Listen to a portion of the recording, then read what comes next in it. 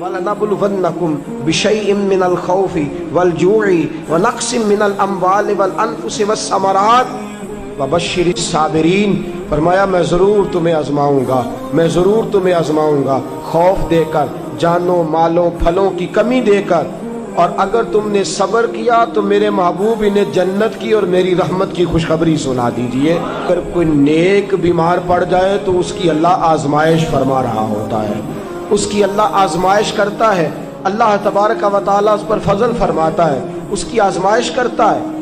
پھر ان مصیبتوں پر جو شخص صبر کرے، رب فرماتا ہے اگر میری رضا پہ راضی ہو گیا تو ان اللہ مع الصابرین، باقی نیکیوں پر میں ثواب دیتا ہوں، اور جو کوئی صبر کرتا ہے رب فرماتا ہے میں اس کا بن جایا کرتا ہوں، صبر کرنے والوں کے ساتھ ہو جاتا ہوں۔ اور جب اللہ آزمائش ڈالتا ہے نا تو جو کام سیدھے ہوتے ہیں وہ بھی الٹے ہونے شروع ہو جاتے ہیں۔ جب خدا کی طرف سے وَلَنَبْلُوَنَّكُمْ بِشَيْءٍ مِّنَ الْخَوْفِ وَالْجُوعِ وَنَقْصٍ مِّنَ الْأَمْوَالِ وَالْأَنفُسِ وَالثَّمَرَاتِ، جب اللہ کی طرف سے آزمائش آتی ہے، جب انسان پر اللہ کی طرف سے کوئی چیز نازل ہوتی ہے، آپ سونے کو ہاتھ رکھتے ہیں تو مٹی ہو جاتی ہے، آپ کسی طرف بھی، بہت سے دوست آ کے کہتے ہیں جی قدم آگے اٹھاتا ہوں جاتا پیچھے ہے، کیا کروں؟ تو میں اکثر عرض کرتا ہوں کہ تھوڑے دن قدم اٹھانا ہی چھوڑ دیں۔ کیا کریں؟ بیٹھ کے اللہ اللہ کریں، صبر کریں، دعا کریں۔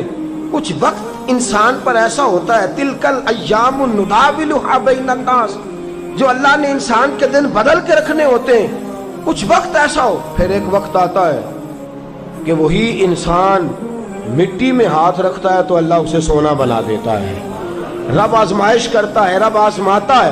جو لوگ مصیبتوں پر صبر کرتے ہیں، جو لوگ مصیبتوں پر صبر کرتے ہیں، سید عالم نور مجسم شفیع معظم صلی اللہ تعالی علیہ وسلم نے فرمایا، رب فرماتا ہے ایک بندہ اللہ کی بارگاہ میں کھڑا ہوا، قیامت کا دن ہے، فرشتے نامہ اعمال کھولنے لگے۔ اللہ نے فرمایا فرشتوں تمہیں پتہ ہے میں نے اسے دنیا میں بڑے دکھ دیے تھے، اس پر بڑی آزمائشیں آئی تھیں، اس نے زندگی بڑی تکلیف میں گزاری تھی، تمہیں خبر ہے؟ یا اللہ ہم جانتے ہیں بڑا صابر ہے، بڑا صابر ہے، اس نے صبر کے ساتھ وقت گزارا، صبر کے ساتھ اپنے اوقات کو طے کیا۔ رب فرماتا ہے جو اتنا صبر کرے میں اس کا نامہ اعمال ٹٹولوں، اس کا نامہ اعمال کھولتے ہوئے مجھے شرم آ رہی ہے، سارا کچھ لپیٹ دو اور بغیر حساب کتاب اسے جنت میں داخل کر دو۔ یہ صبر کرنے والا ہے، یہ صبر کرنے والا ہے۔ بڑی خوبصورت حدیث، بڑی، بخاری شریف میں موجود ہے۔ بخاری شریف کی یہ حدیث ایسی ہے جسے میں جب بھی پڑھتا ہوں میں چوم لیتا ہوں۔ حدیث کیا ہے؟ رسول کریم صلی اللہ تعالی علیہ وسلم نے فرمایا، رب فرماتا ہے ایک بندہ ہے، اس کو میں نے آنکھیں نہیں دی، اس کو میں نے آنکھیں نہیں دی، اندھا ہے، پیدائشی اندھا ہے یا بعد میں کسی وجہ سے ہو گیا، اس کے پاس آنکھیں نہیں، لیکن اس نے زندگی بھر صبر کیا، اس نے زندگی بھر صبر کیا۔ صبح قیامت وہ کھڑا ہوا تو رب کریم نے فرشتوں سے فرمایا، فرشتوں اس کو میں نے آنکھیں نہیں دی، بیچارہ نہ بیٹی دیکھ سکا، نہ بیٹا، نہ باپ دیکھ سکا، نہ ماں، یہ کوئی دنیا کا نظارہ نہیں کر سکا، تم بتاؤ اس کا اجر کیا ہے؟ فرشتے کہتے ہیں مولا جنت کا اعلیٰ درجہ دے دے، اللہ اسے بے حساب بخش دے۔ رب فرماتے اس نے ساری زندگی بغیر آنکھوں کے صبر کیا ہے، اسے صرف جنت نہیں ملے گی بلکہ آج اسے اس کا رب اپنا دیدار بھی کرائے گا۔ فرمایا قیامت میں لوگ جنت کے نظارے کریں گے اور یہ اللہ کا دیدار کرے گا، اس کو رب کریم کے جلوے دکھائے جائیں گے، اس لیے کہ یہ صابر رہا۔ اور میرے اعلیٰ حضرت فاضل بریلوی رحمۃ اللہ علیہ فرماتے ہیں جو صابر ہوتا ہے نا، توجہ ہے آپ کی، میری بات کی سمجھ آ رہی ہے؟ اعلیٰ حضرت فرماتے ہیں بڑا قیمتی جملہ، فرماتے ہیں جو صابر ہوتا ہے وہ سکون میں ہوتا ہے۔ شیخ سعدی رحمۃ اللہ تعالیٰ علیہ کے پاس ایک شخص آیا، کہنے لگا حضرت جی دیکھیں نا میرے پاس اتنے بھی پیسے نہیں کہ میں جوتے لے سکوں، فرمایا صبر کر اللہ دے گا۔ کہنے لگا جی صبر ہی کیا ساری عمر، اس نے جوتے لینے کے برابر بھی پیسے نہیں دیے، ننگے پاؤں پھر رہا ہوں۔ شیخ سعدی رحمۃ اللہ تعالیٰ علیہ نے اس کا بازو تھاما، ایک گھر میں لے گئے، دروازے پہ دستک دی، گھر کا مالک باہر آیا، اس نے دونوں طرف بیساکھیاں پکڑی ہوئی ہیں، ٹانگیں تو ہیں پر پیر ہی کوئی نہیں۔ فرمانے لگے بتا یہ اچھا ہے کہ تو، کہنے لگا جی میں آپ سے بھی معافی مانگتا ہوں، اپنے رب سے بھی معافی مانگتا ہوں۔ نبی پاک صلی اللہ تعالی علیہ وسلم نے فرمایا خدا اگر تجھے مصیبت دیتا ہے نا، اور ان مصیبتوں پر جب اللہ تجھے قیامت میں اجر دے گا تو تیرا دل چاہے گا کاش سکون ہوتا ہی نہ، آزمائشیں ہی آزمائشیں ہوتی، تو وہ اجر دیکھے گا۔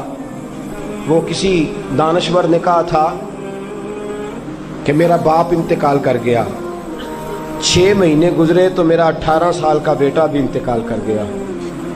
کہنے لگے میں نے اپنے 80 سال کے باپ کا جنازہ اٹھایا تو میری کمر نہیں جھکی، لیکن جب 18 سال کے بیٹے کا جنازہ اٹھانے لگا تو میری کمر جھک گئی، اور رو کے کہنے لگا لوگوں باپ کا جنازہ پڑھنا آسان ہے، دعا کرو کسی کو بیٹے کا جنازہ نہ پڑھنا پڑ جائے، بڑا مشکل کام ہے، بڑا کٹھن مرحلہ ہے۔ حضرت ابو ہریرہ رضی اللہ تعالیٰ عنہ فرماتے ہیں اللہ کے محبوب صلی اللہ تعالیٰ علیہ وآلہ وسلم کے صاحبزادے جناب ابراہیم علیہ السلام فرماتے حضور کے صاحبزادے آپ رات کو جب ان کی ولادت ہوئی تو نبی کریم علیہ السلام ہمارے درمیان آئے۔